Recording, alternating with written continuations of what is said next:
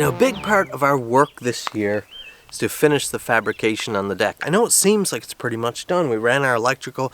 That was just to get the truck in motion. You're good. Don't worry. Look out! Just like putting that headache rack on there, tacking in those corner plates, was just to get the truck in motion so we could use it, we could run in the parade.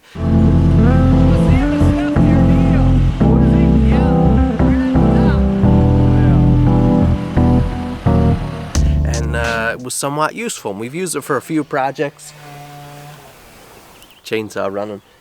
But there's still quite a bit of fab work, and I've already started doing a couple things. Let me show you what I've been working on. Now, like I said, when we put on that headache rack last year, we tacked it in place, put in a couple triangle corner supports that we tacked in place. But a headache rack kind of wants to be removed, so you can modify it, so you can paint it later, so you can get it at the back of your cab. If you weld it in solid, not ideal unless you can really easily remove the deck, which would be a chore in this case. So I've got some bracketry made up here so it can be removed.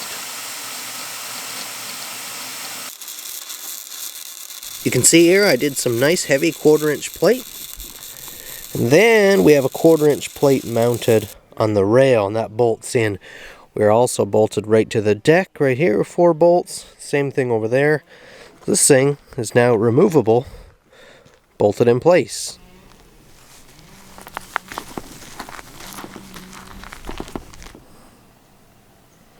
Now, part of the reason we had to strip all the deck here as well is to properly fasten it. When I assembled the deck last year, when we built it, I attached the rails with a couple stitch welds to the body here, but that won't actually pass inspection if I were to sell the vehicle and go on. It has to be attached, by my understanding, either with some substantial bracketry or U-bolts. So I just had these custom U-bolts made up at a shop here a couple hours away. My brother brought them home for me. We've got the nuts and washers. We need to make some top plates here now. And this will go completely around the chassis and up around our deck rails to have some very good, strong fastening points. Some of you probably watched the video last year where I put the gas filler spout right here, down below on the side here of the bed rail. This didn't work. Gas wasn't flowing quickly enough. Gas had to go almost horizontal, and it took forever to fill up. You could just barely nip the throttle on the gas pump. So I patched that. I filled that because we had this cut out. I filled that, and then we put the filler spout right here. I'll clean this up, sand it in, refine it a little more, but you can see this sits below the deck. This is just my mock-up fit here now. Did a piece of aluminum diamond plate here, and our filler spout goes down and across, so should help us fill up a lot more smoothly.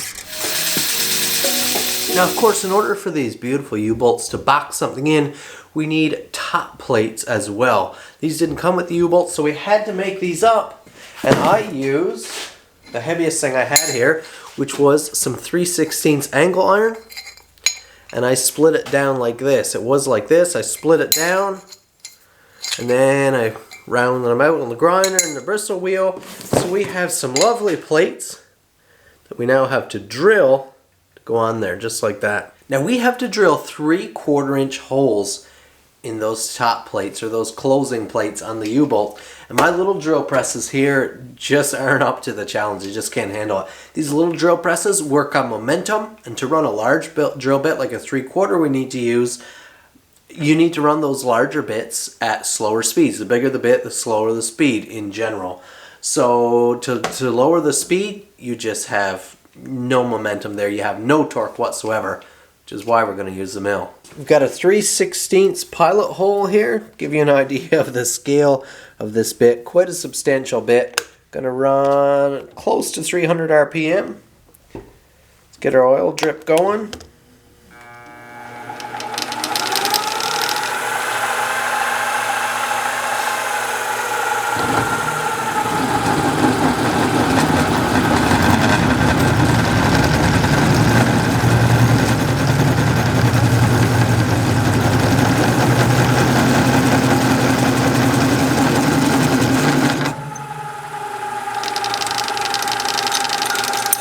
quite a ways there.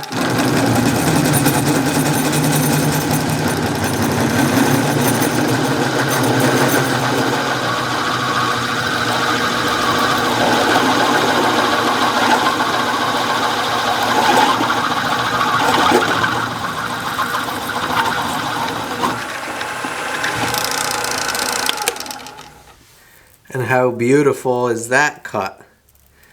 Just look at those shavings. Slight coloring, no bluing, so they're not hot. It's a very mild yellow. Beautiful. Just curious at what happens at very low speeds. 100 RPM. Look at that. Look at that. That is torque right there. That is torque. Little too much pressure on the quill, just easing off slightly.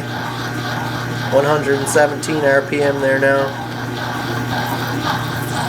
Oh my goodness, look at this.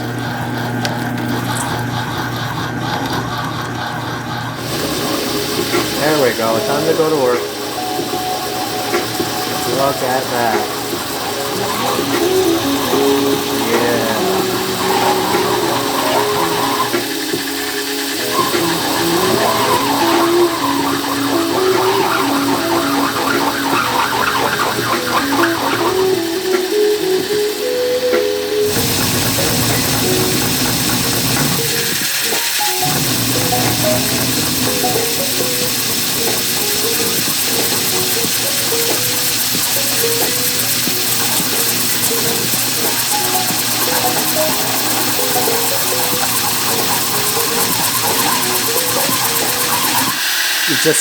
You just gotta see the effort here. Look at that one finger. Look at those cuttings. Just over 250 RPM. Now that's something pretty right there. Nice U-bolt. I've assembled each one just to make sure. I've overbored those holes because these are probably going to we're going to be working them out around and in around to get them around everything. So I wanted a little bit of slack. I didn't want an exact and then have to work like a dog to get them through. So that'll be beautiful. Nice big washers on there, so it's no big deal. But isn't that nice? This should be the width of the chassis right here. Lovely.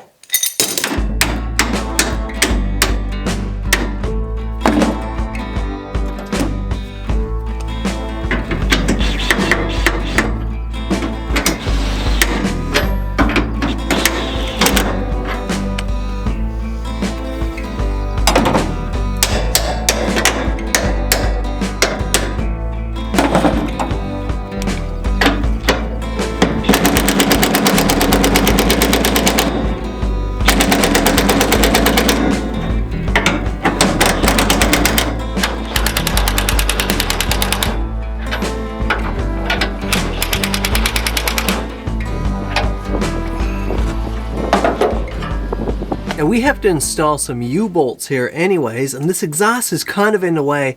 And I'm working on some plans for putting an exhaust on the truck because this one has a few pinholes in it now, and it's loose and rattly. Some of the brackets are broken, so I'm going to start removing some of this exhaust, not right from the headers there now, or right from the manifolds, but we'll cut some out here. Should change the tone for a little bit. Those few pinholes in the exhaust give us that chuff, chuff, chuff, chuff, which sounds really, really junky, so I don't like that.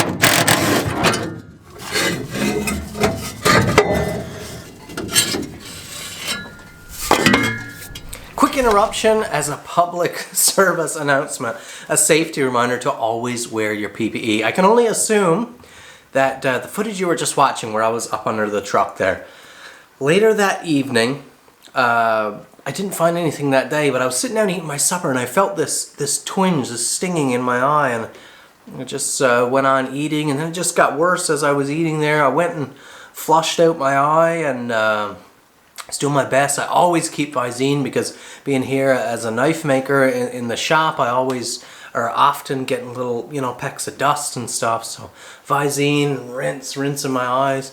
And I was really in a bad way that night in punishment. So I went over to the emergency room first thing the next morning. 5 hours later, and dye tests and all this stuff determined that I have a badly scratched cornea, or my lens, my actual eyeball anyways, has I believe a bad horizontal scratch on it. And I don't know exactly when it happened. I do know I wore glasses at pretty much everything I did that day. I almost never start a tool now without having glasses or goggles on. I'll probably go to goggles even more often now.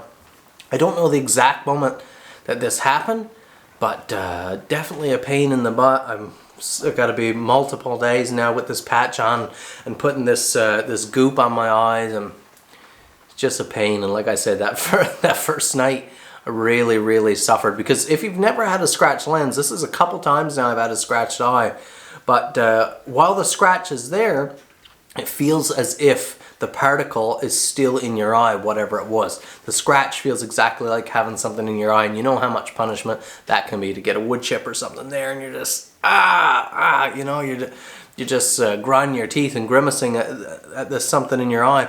That's what a scratch feels like, except it's there hour in, hour out, all day long. So, but the ointment really helps. But just probably going on too long here, but another reminder, sometimes things do still happen, but do everything you can. Wear glasses always, ear protection as often as you can, respirators as often as you can, and hopefully you'll avoid all instances like this. Sometimes, law of averages, if you're, like I said to my wife, if you're working, grinding steel, cutting steel 300 days of a year, the occasional incident like this is bound to happen. So wear your PPE as often as possible. Let's get back to the video.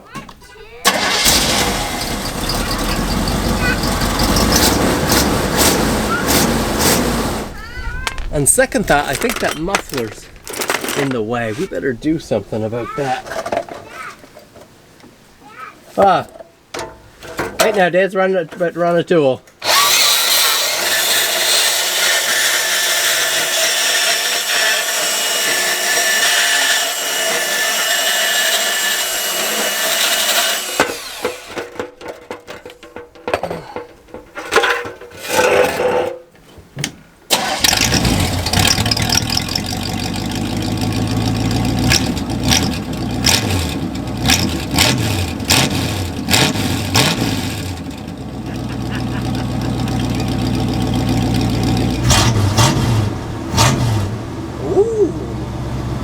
That throttle response is majorly improved. Just snip, snap. No, we're good for right now. The project is well underway again this year, and I am really enjoying getting back into this type of work. Since the winter hiatus, I've really missed the welding and the fabricating and some of the steel work outside of the more fine work, like my knife making. I'm really enjoying it and back to learning more again. Hit that like button if you would. Subscribe if it's your first time here. Leave me a comment. Let me know what you'd like me to dive into more detail on this project. And I hope to see you in the next video. Thanks for watching.